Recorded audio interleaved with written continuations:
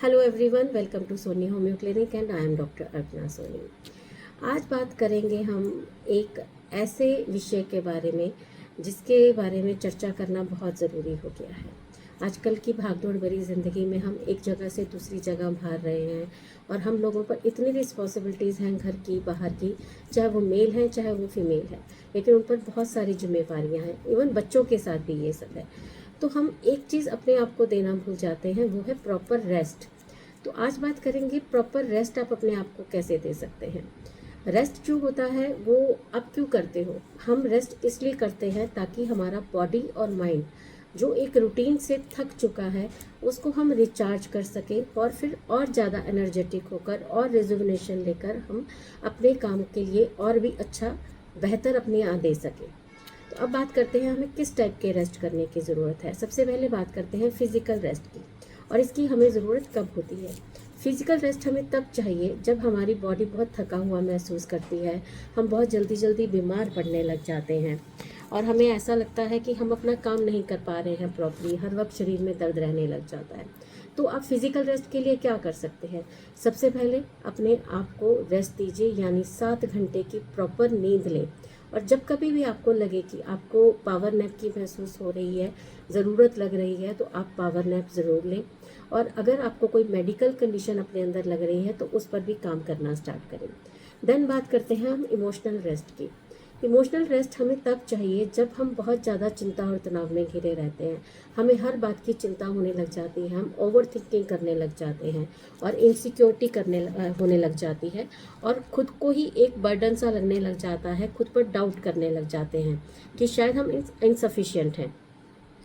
तब हमें क्या करना चाहिए? सबसे पहले हमें अपने आप को दूसरों से कंपेयर नहीं करना चाहिए। हमेशा याद रखें कि you are the best version of yourself. आपसे बेहतर आपके लिए साथ कोई हो ही नहीं सकता है। और साथ में मेडिटेशन, योगा, इन सब चीज़ों में जाइए ताकि आप इमोशनली खुद को सफिशिएंट महसूस कर सकें। देन बात करते हैं सेंसरी रेस्ट की। सेंसरी रेस्ट यानी कि हमारी आईज़, हमारे टेस्ट, हमारे स्मेल बर्ड्स, हमारे ईयर्स, जो हमें उनको भी रेस्ट बहुत ज़रूरी है देना। तो हम ये कब कर सकते हैं? जब हमें लगता है कि हमारी आंखें जो हैं वो थकने लग गई हैं, उन पर बहुत ज़्यादा स्ट्रेन पड़ रहा है, हम सेंसिटिव जो हो गए हैं लाउड नॉइज़ेस के लिए, शोर को बर्दाश्त नहीं कर पा रहे हैं, हम स्मेल या टेस्ट नहीं कर पा रहे हैं प्रॉपरली, तो समझ जाइए कि आपके जो सेंसरी ऑर्गन्स हैं उनके रेस्ट का टाइम आ गया है। तो ये अब आप कैसे कर सकते हैं? अपने आप को थोड़ा शांत रखिए, थोड़ा सा खाना जो है अपना एक सिंपल फूड और लाइट फूड में आ जाइए और आंखें बंद करके लाइट्स डिम करके अपने रूम की बहुत सॉफ्ट म्यूज़िक सुने या कुछ ऐसा जो भी आपको पसंद है। तो इससे क्या है, आपको सेंसरी रेस्ट भी मिलेगा, आपकी आंखों को, आपके कान को बहुत अच्छा महसूस होगा और नेचुरली आपके ब्रेन को बहुत अच्छा लगने लग जाएगा। देन हम बात करते हैं मेंटल रेस्ट की। मेंटल रेस्ट हमें तब चाहिए जब हमें लगता है कि हम फैसले नहीं ले पा रहे हैं, हमें एक मेंटल फॉग सा लग रहा है या लैक ऑफ कंसंट्रेशन हो रहा है, हम किसी भी काम में कंसंट्रेशन नहीं दे पा रहे हैं। जनरली क्या होता है कि आप एक एग्जांपल की तरह समझिए कि हम एक रूम में जाते हैं कुछ लेने की और जाकर भूल जाते हैं, तो वहीं समझ जाइए कि आपको एक मेंटल रेस्ट की भी ज़रूरत है।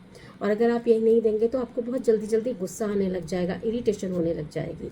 तो अब इसके लिए आप क्या कर सकते हैं रेस्ट देने के लिए? अपने काम का समय जो है वो सुनिश्चित करें कि आप यहाँ से यहाँ तक इतना काम करने वाले हैं, इस समय से इस समय तक ही काम करेंगे, उसके बाद अपने आप को आप रेस्ट देंगे।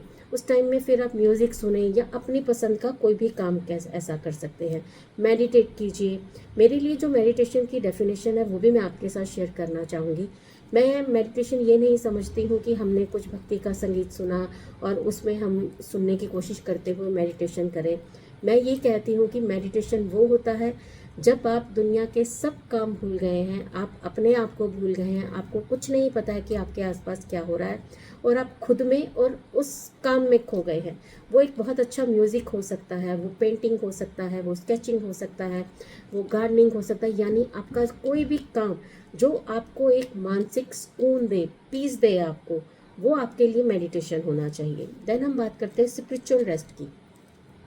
स्पिरिचुअल रेस्ट हमें तब चाहिए जब हमें एक होपलेस वाली फीलिंग आए, यानी कि कोई आशा नज़र ना आना, हेल्पलेस, खुद को बेचारगी की तरह देखना, महसूस करना और ये लगना कि मेरा तो कुछ फ़ायदा ही नहीं है, को मोटिवेशन ना मिलना अंदर से, तब आप समझ जाइए कि आपको एक स्पिरिचुअल रेस्ट की ज़रूरत है।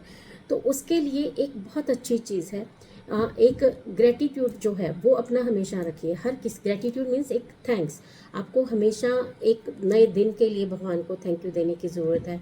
हम दिन में जितने लोगों से मिलते हैं हम उनसे कुछ ना कुछ सीखते हैं, तो वहीं पर हमें जो है एक थैंक यू अपना रखना चाहिए कि हाँ, कि आप अपना जो है ग्रेटिट्यूड दे रहे हैं, एक पॉजिटिव ग्रेटिट्यूड हो रहा है। और आप अपने जो भी आप जिस भी धर्म को मानते हैं आप उसमें थोड़ा खोने की कोशिश कीजिए, मेडिटेशन कीजिए आप। देन हम बात करते हैं सोशल रेस्ट की। जब भी हम होते हैं लोगों के साथ भी हो, अगर तब हमें यह लगता है कि हम बहुत अकेलापन महसूस कर रहे हैं, हमें डिटैचमेंट फील हो रही है, तो उसके लिए आप जो है अपने आसपास लोगों को, वैसे लोगों को रखिए जो एक पॉजिटिव ऑरा रखते हैं, जो आपको मोटिवेट करते हैं। वो लोग नहीं जो आपको हमेशा कुछ ना कुछ गलत बोलते रहते हैं या आपका मोरल डाउन करते रहते हैं। ऐसे लोगों से दूर रहिए। और साथ के साथ 1 to 1 जो है, यानी कि किसी भी ऐसे पर्सन से बात कीजिए जिसके साथ आप अपने विचार जो हैं वो बहुत अच्छे से वैसे ही शेयर कर सकते हैं जैसे वो आपके मन में है।